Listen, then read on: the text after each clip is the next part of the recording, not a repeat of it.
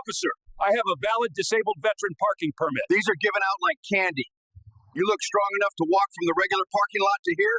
Cop mocked a disabled vet at VA hospital. Veteran bikers blocked every exit. Move your piece of crap bike, old man. This is reserved parking. Officer Reynolds kicked the Harley's chrome exhaust pipe, leaving a black scuff mark. Vietnam veteran Jake "Thunder" Morrison, 72, gripped his cane tighter. Reynolds had no idea that 50 veteran bikers were already rolling toward the Phoenix VA hospital. Master Sergeant Jake Morrison served 3 tours in Vietnam, lost his left leg to shrapnel at Khe Sanh. His Harley Davidson was his freedom, his therapy, his connection to fallen brothers.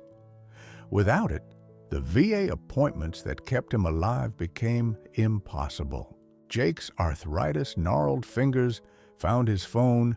"Road Captain, this is Thunder. I need the brotherhood." 30 years after forming their riding club, the Vietnam Veterans Motorcycle Club would ride to war one more time. Master Sergeant Jake Morrison enlisted in 1968 straight from his family farm in Nebraska, carried by the draft and family honor spanning back to World War I. He served 3 brutal tours in Vietnam, Cu Chi Tunnel's Tet Offensive siege of Khe Sanh, where communist artillery claimed his left leg but not his fighting spirit. The Silver Star and 2 Bronze Stars with Valor sit on his mantle beside photos of brothers who never made it home. After the war, America spit on returning veterans. Jake found his salvation in chrome and steel, founding the Phoenix chapter of Vietnam Veterans Motorcycle Club in 1995. Every Sunday they rode to honor the fallen, their Harleys thundering through Arizona desert like mechanical prayers. The brotherhood forged in Southeast Asian jungles found new life on American highways. His prosthetic leg made walking difficult, but on his 1982 Harley Sportster, modified with left foot controls, Jake Morrison flew free from wheelchair dependence and PTSD nightmares. Detective Marcus Reynolds, 8 years Phoenix PD, had accumulated 23 excessive force complaints, including 11 targeting elderly veterans at the VA hospital. His attitude toward Vietnam veterans was particularly venomous. He called them baby killers, drug-addled losers, and welfare cases living in the past.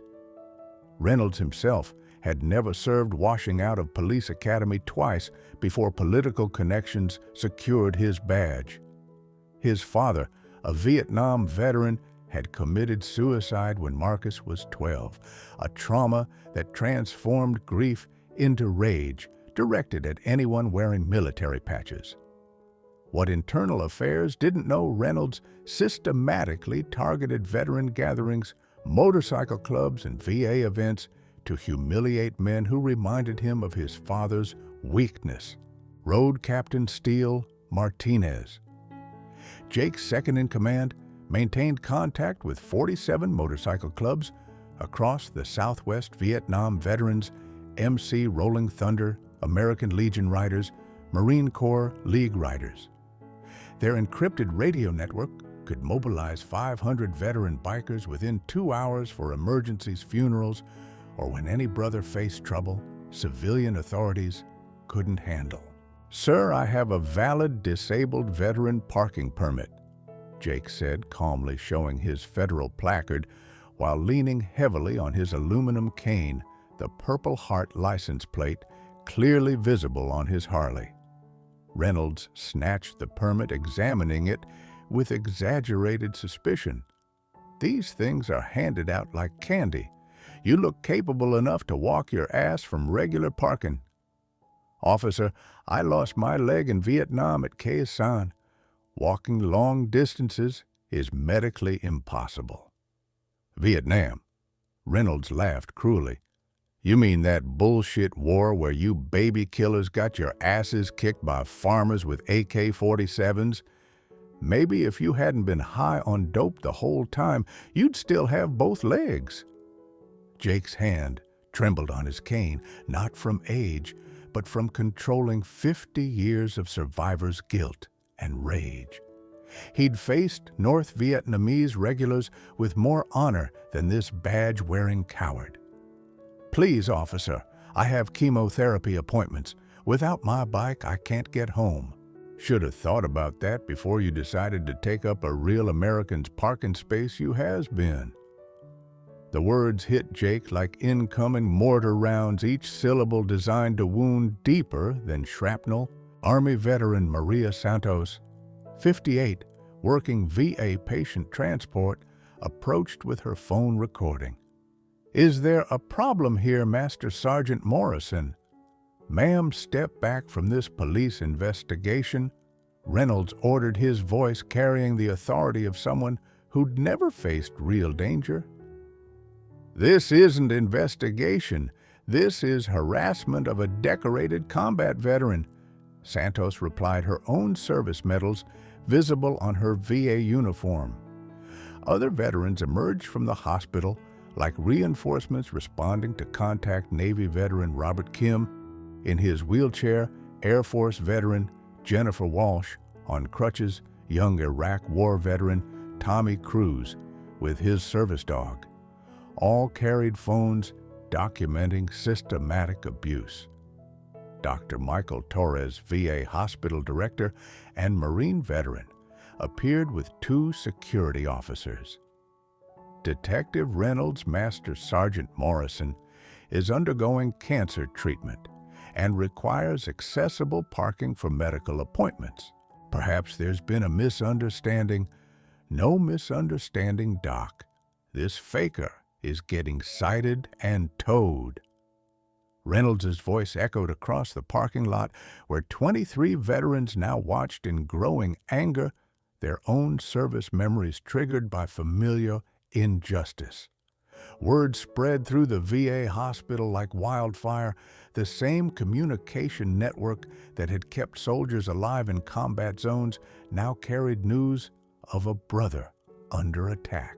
Jake closed his eyes and found the center that had carried him through 3 tours in hell where incoming rockets tested every Marine's courage.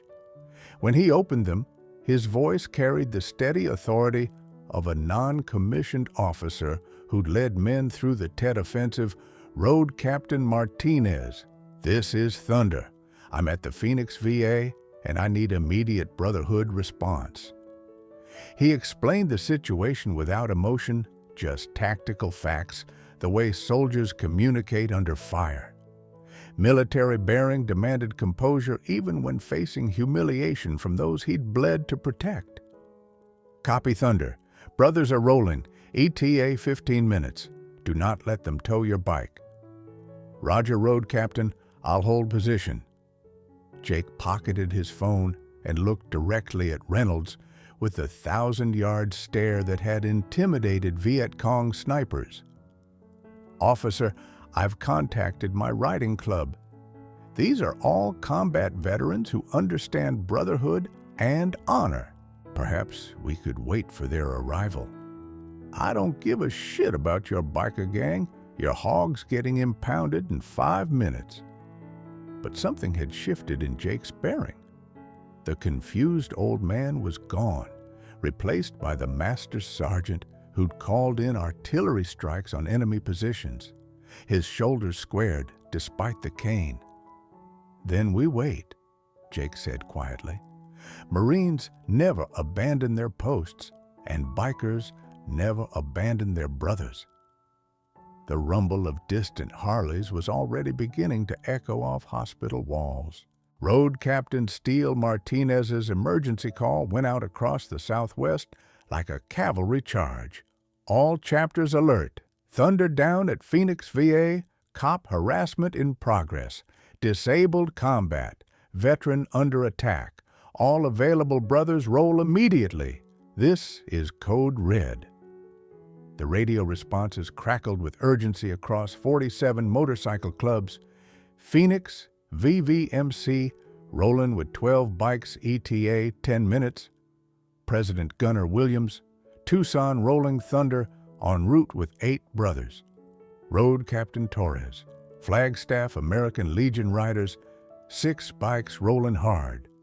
Commander Peterson, Marine Corps League riders, 15 strong burning asphalt to you. Sergeant Major Davidson, across the valley, veteran bikers dropped everything with combat urgency. A retired firefighter left his shift early. A construction foreman abandoned his job site. 3 off-duty corrections officers, all combat veterans, mounted their Harleys and joined the thundering cavalry. The brotherhood forged in Vietnamese jungles, strengthened through decades of Sunday memorial rides, was converging on a hospital parking lot. With the same intensity they'd shown defending fire bases from NVA attacks. Gas station security cameras captured the sight of 100 Harleys, forming a steel river flowing toward the VA hospital, American flags and POW MIA banners streaming behind them like battle standards. The first wave arrived with military precision, 12 Harleys in tight formation, exhaust pipes thundering like artillery. Road Captain Martinez led the column, his patched leather vest displaying Silver Star, Bronze Star, and Vietnam service ribbons earned in blood. Detective Reynolds rode Captain Martinez, Vietnam, Veterans Motorcycle Club. What seems to be the issue with our brother Thunder? Reynolds faced a wall of chrome leather and combat-tested authority he'd never encountered. These weren't weekend warriors. These were men who'd survived real warfare and carried themselves accordingly. This is police business. Your little bike gang needs to move along. Our little bike gang consists of decorated combat veterans exercising First Amendment rights to peaceably assemble. Master Sergeant Morrison is our brother, and we protect our own. More waves arrived in thunderous succession. Marine Corps League riders formed protective flanks. Rolling Thunder veterans positioned across exit points. American Legion riders secured the perimeter with tactical precision that would have impressed drill sergeants. The VA parking lot transformed into a military staging area.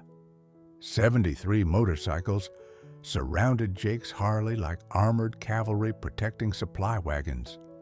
Veterans dismounted with the disciplined movement of soldiers deploying for combat operations. Reynolds realized he was surrounded by men who'd faced real enemies with real weapons and survived.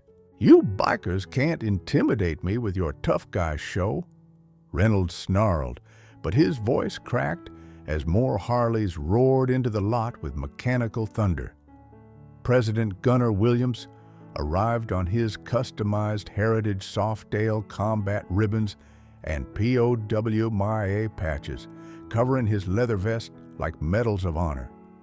At 68, he still carried the bearing of the Marine who'd survived Khoi San siege alongside Jake. Detective Williams' command voice had once directed artillery fire, "Explain your harassment of a decorated combat veteran with proper medical parking authorization. Your friend was parked illegally."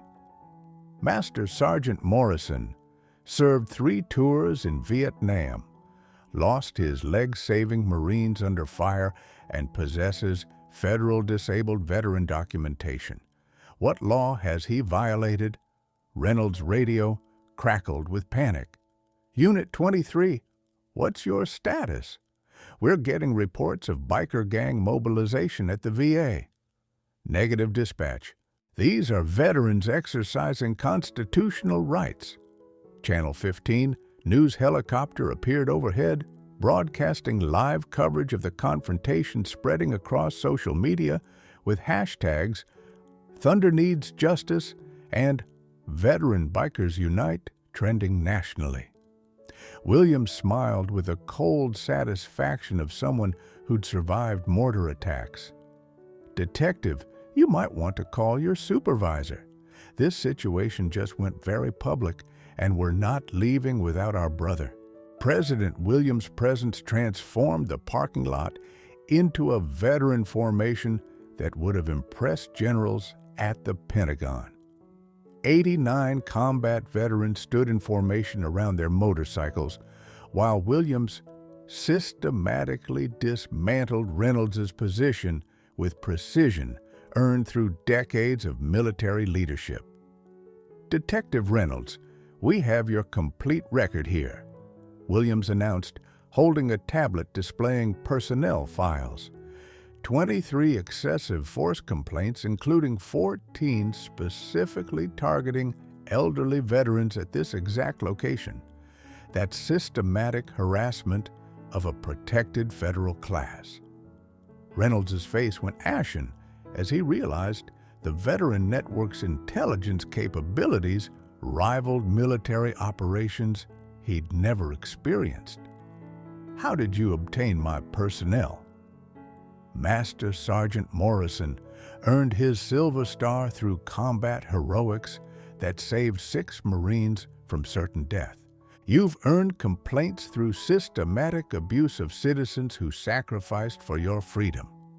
Which service record would you prefer Channel 15 News to examine in detail?" The news helicopter circled overhead while reporter Jennifer Martinez broadcast live coverage of the confrontation, spreading across veteran networks nationwide with viral velocity. "Sir, I was following department protocol for parking enforcement." "Your protocol includes mocking combat wounds earned defending America." Master Sergeant Morrison lost his leg to North Vietnamese shrapnel while calling in artillery strikes that saved his entire unit. "What exactly have you sacrificed for this country, Detective Reynolds?" The question hung in the Arizona heat like smoke from distant battles, while 89 phones recorded Reynolds' silence for military history.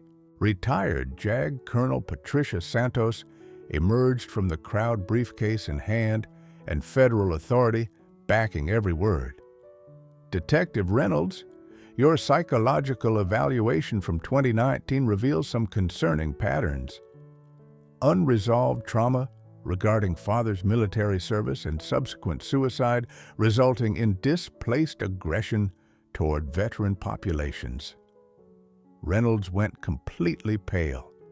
"That's confidential medical information. Not when it explains systematic civil rights violations. You've targeted veterans because your father was a Vietnam veteran who couldn't handle his PTSD. Instead of honoring his memory, you've dishonored his sacrifice by attacking his brothers in arms." Dr. Torres approached with Jake's complete medical file, his Navy Cross ribbon visible on his white coat. "Detective Master Sergeant Morrison is undergoing aggressive chemotherapy for service-connected cancer caused by Agent Orange exposure. His parking placard isn't convenience, it's medical necessity for a dying hero."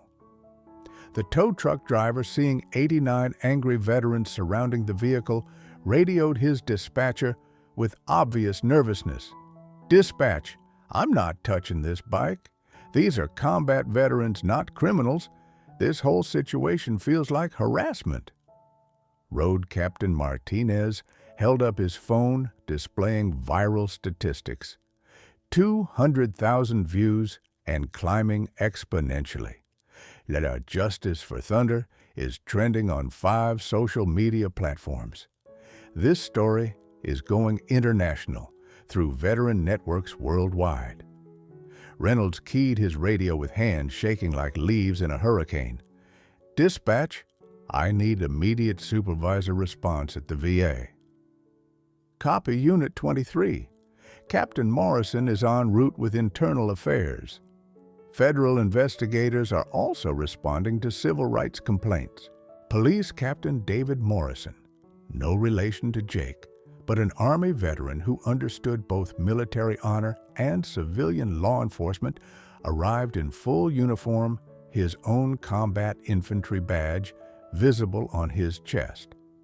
He surveyed the tactical situation with Professional Assessment 89 military veterans in peaceful formation, federal investigators taking statements, media helicopters broadcasting live, and one thoroughly discredited detective awaiting accountability.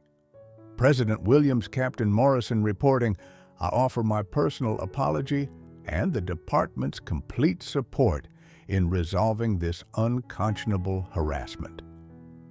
Captain, this represents systematic targeting, not isolated misconduct.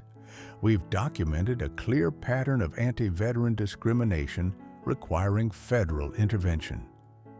Morrison examined Reynolds' psychological profile and complaint history, his expression hardening with each revelation. Detective Reynolds, surrender your badge and weapon immediately. Captain, I can explain the psychological evaluation. You systematically targeted combat veterans because of unresolved trauma regarding your father's military service. You're suspended pending federal investigation. Morrison handed Jake his personal card with military courtesy. Master Sergeant, you have my personal apology and complete departmental support. FBI agent Lisa Chang, specializing in civil rights violations, arrived with federal marshals. Detective Reynolds, you're under investigation for systematic civil rights violations under color of law. You need to come with us immediately. As Reynolds was led away in handcuffs, every veteran maintained formation until Jake was safely mounted on his Harley mission, accomplished with brotherhood intact. Within 48 hours, Marcus Reynolds was terminated from Phoenix PD, federally charged with civil rights violations and referred for mandatory psychological counseling. His law enforcement certification was revoked across all southwestern states. Jake's story spread through veteran networks with the speed of military communications.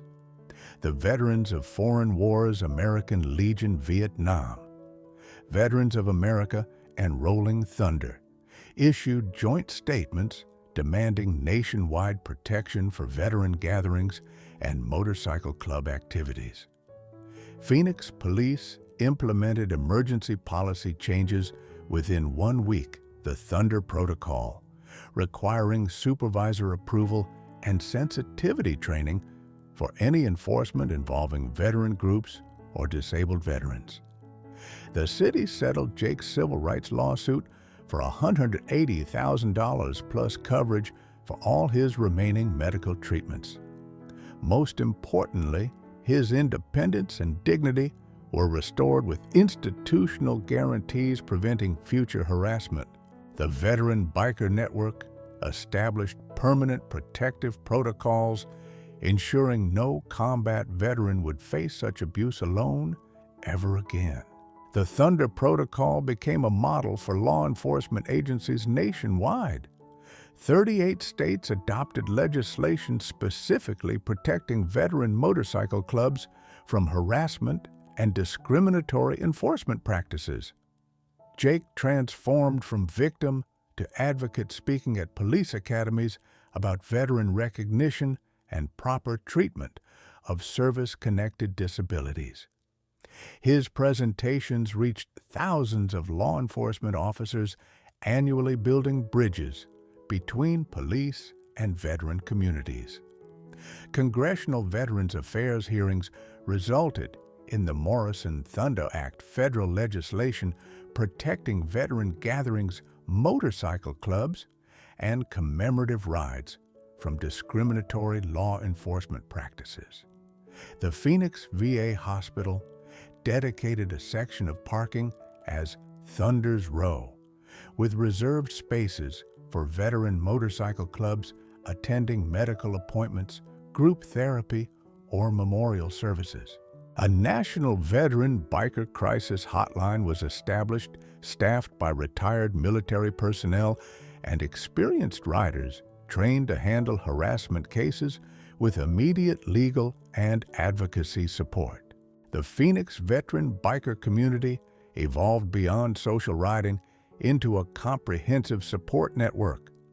Monthly rides included active duty veterans and family members supporting each other through medical challenges, PTSD treatment, and civilian adjustment difficulties. Jake's Harley became a rolling symbol of freedom, defended through brotherhood. He never rode alone again, not from dependence, but because the brotherhood understood that some journeys are better shared with those who've traveled similar roads. Road Captain Martinez established emergency response networks in 12 states. When veterans faced harassment, discrimination, or institutional challenges, the Brotherhood responded with coordinated rides, legal support, and media attention. Jake's military decorations now sit beside his motorcycle club patches in the VA hospital lobby, representing the continuing bond between military service and veteran advocacy. The brotherhood that began in Vietnamese foxholes found new purpose on American highways, proving that service never truly ends. The Thunder Protocol expanded nationwide within 2 years. Police training academies now include mandatory modules on veteran motorcycle culture, service-connected disabilities, and federal protections governing veteran group activities. Jake addresses recruit classes monthly. We didn't fight overseas to be treated like criminals for riding motorcycles and honoring our fallen brothers on American highways. Federal agencies created veteran liaison positions specifically for motorcycle club relations in major metropolitan police departments. These positions are filled by military veterans who understand both riding culture and law enforcement requirements. The Department of Justice established a Veteran Harassment Prevention Task Force investigating systematic discrimination against veteran organizations nationwide. Insurance companies now fund specialized training programs, reducing liability and improving community relations between law enforcement and veteran groups significantly. Jake Morrison discovered new purpose through his painful experience. His advocacy work inspires veteran bikers nationwide while educating law enforcement about proper treatment of military motorcycle clubs and service-connected medical conditions. His hard-fought independence, once threatened by one officer's prejudice, now serves as inspiration for disabled veterans facing similar discrimination in their communities nationwide. The brotherhood that saved his life in Vietnam proved equally effective defending his dignity in Phoenix, demonstrating that bonds forged in combat transcend time and geography. Jake rides his Harley daily through Arizona desert not just for medical appointments, but as a visible symbol that freedom defended through brotherhood can never be surrendered to individual hatred or institutional discrimination. The Thunder incident proved conclusively that veteran brotherhood extends far beyond active military service. When one brother issued a distress call, the entire riding community responded with the same urgency they'd shown under enemy fire in Vietnam. Marcus Reynolds learned that attacking one veteran means facing them all. The brotherhood forged in Southeast Asian combat, strengthened through decades of memorial rides, doesn't fade with age or disability.